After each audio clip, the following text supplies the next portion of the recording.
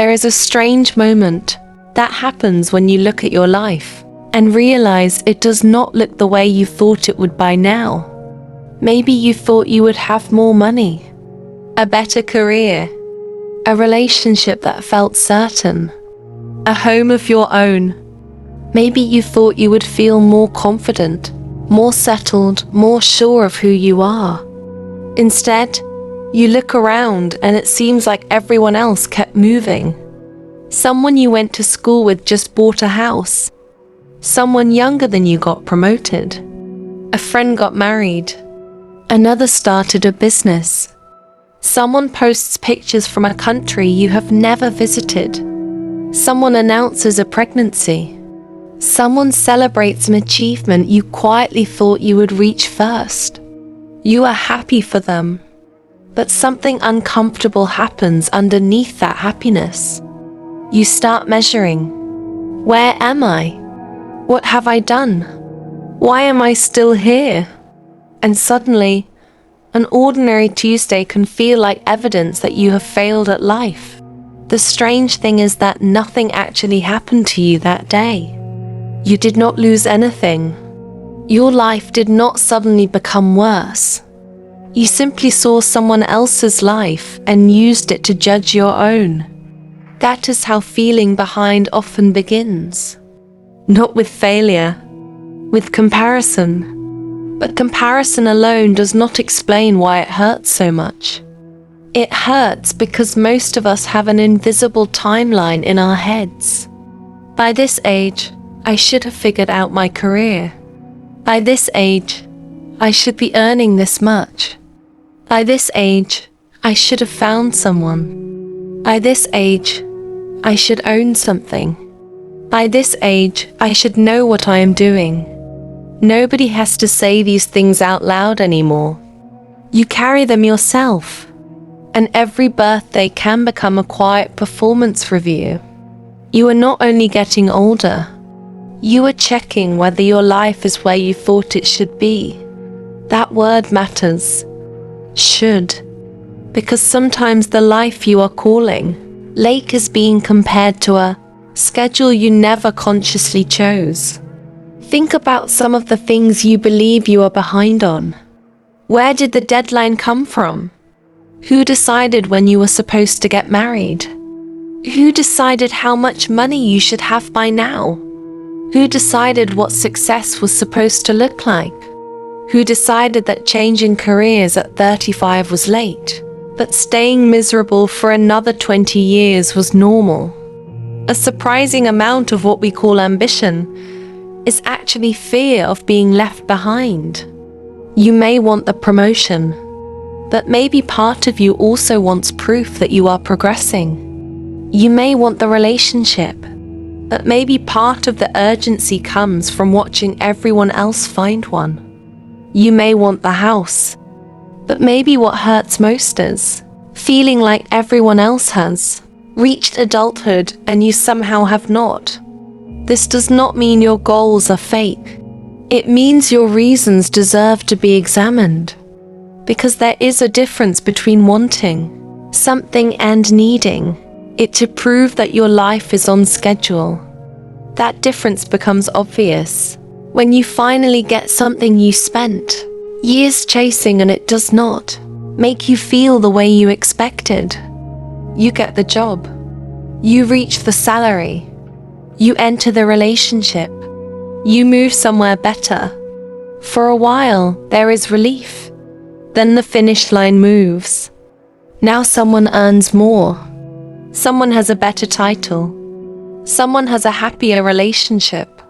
Someone owns a bigger home.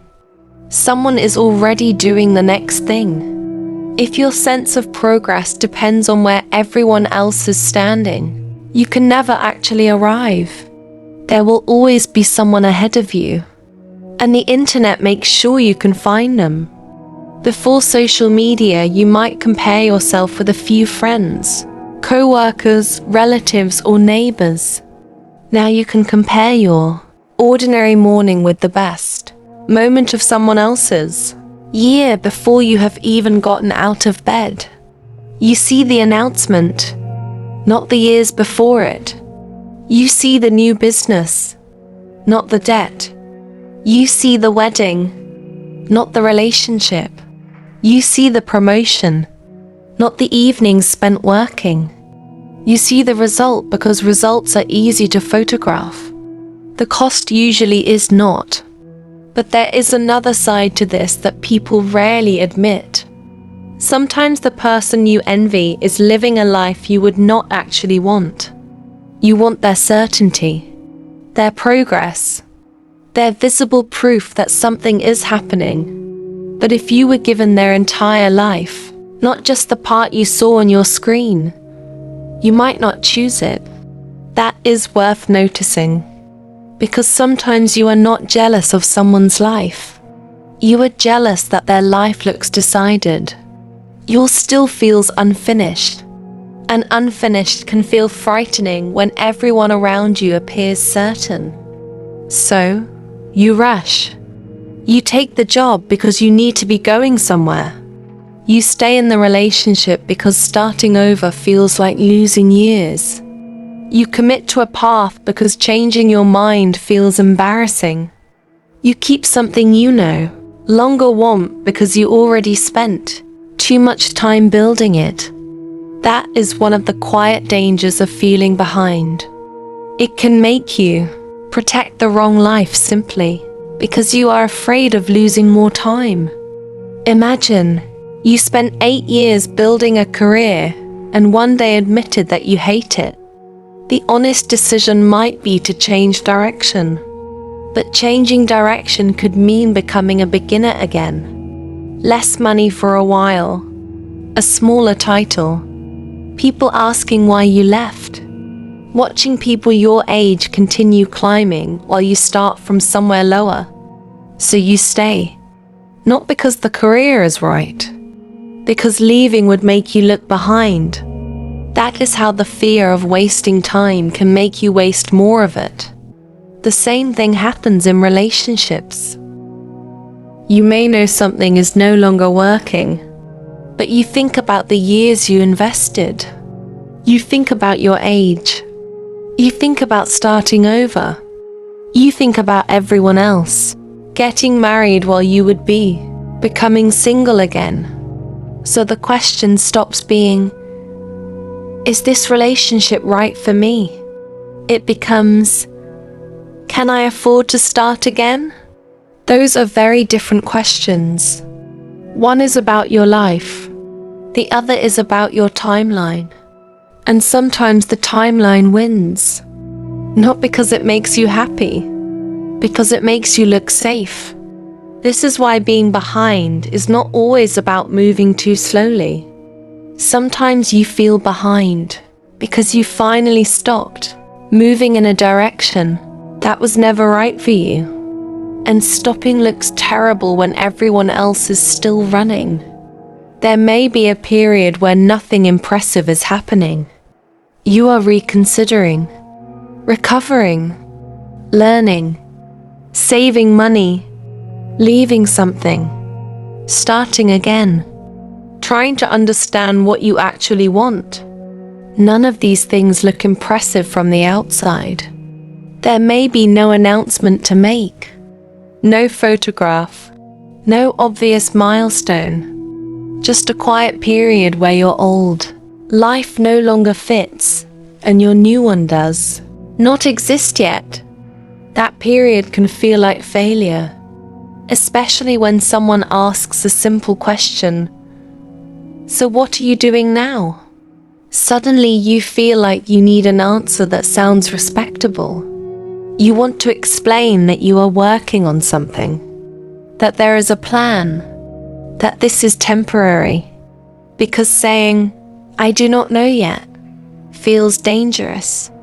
But sometimes not knowing is more honest than continuing towards something you no longer want. The problem is that honesty does not always look like progress. Sometimes progress looks like stopping. Sometimes it looks like admitting that 5 years went into the wrong thing. Sometimes it looks like earning less because you chose a different life. Sometimes it looks like being single after everyone expected you to settle down. Sometimes it looks like moving home. Sometimes it looks like starting again. And none of that means every setback is secretly progress. Sometimes you really are avoiding something. Sometimes fear is keeping you still. Sometimes you know what needs to be done, and you keep postponing it. Raw mind should not tell you that every delay is meaningful, just because that sounds comforting. There are moments when you need to move. There are decisions you have delayed too long. There are excuses that eventually become a lifestyle. But there is a useful difference between being stuck and refusing to follow a path simply because everyone else is on it. To know which one is happening, ask yourself something uncomfortable. If nobody could see my life, would I still want what I am chasing? If there were no social media, no family expectations, no classmates to compare myself with, no one asking what I do for work, no one asking when I am getting married, would this still matter to me? Maybe the answer is yes. Good. Then the goal is probably yours. But maybe the answer becomes less certain. Maybe you realize that what you wanted was not the house. It was security, not the title. Respect, not the relationship. Proof that you were lovable, not the money itself. Freedom, not success. Permission to finally believe you were enough. Those are different needs. And sometimes you spend years chasing the visible version because nobody taught you to name the real one. That is why catching up rarely fixes the feeling permanently. Because you can reach the milestone and still carry the belief that your worth depends on being ahead. Then you need another milestone, and another. There is always another person to catch, another number to reach, another age approaching, another reason you should have done more by now. Eventually, you have to decide whether your life is something you are actually living or something you are constantly grading, because those are not the same thing. A life can look unimpressive for several years while something important is changing underneath it. And a life can look extremely successful while the person living it knows they are moving in the wrong direction. You cannot see that from the outside, which means other people cannot see it when they look at you either. They see your job, your relationship status, your income if you tell them, your home, your achievements. They do not see every decision that brought you here.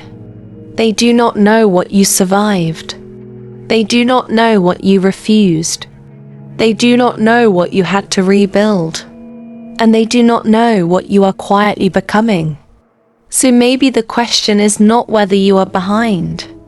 Behind whom? Behind what? Behind a friend who wants something completely different.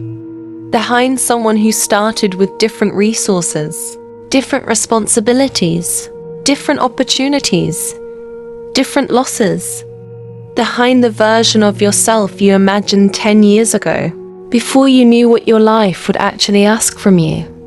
There is nothing wrong with wanting more. There is nothing wrong with looking at your life and admitting that you are not where you want to be. That honesty can be useful. That I want to move forward is different from I should already be there. One creates direction. The other creates shame. And shame has a strange way of making you rush into decisions, just so you can stop feeling late. You do not need to pretend time does not matter. It does. You do not have forever. Some opportunities close. Some choices become harder. Some years really do get wasted. That is exactly why you should be careful about spending the next 5 years trying to catch up to a life you never chose. Maybe you are behind on somebody else's timeline. Maybe you are ahead in ways nobody can measure. Maybe you really do need to change something. But before you run faster, make sure you know where you are running. Because the worst thing would not be arriving late. It would be arriving exactly on time and realizing you never wanted to be there. If this gave you something to think about, subscribe to Raw Mind, and if you want to go deeper into the quiet patterns behind how you think, choose, and measure your life, the Raw Mind digital collection is linked in the description. Before you leave, ask yourself one question. If I stopped trying to catch up, what would I actually choose?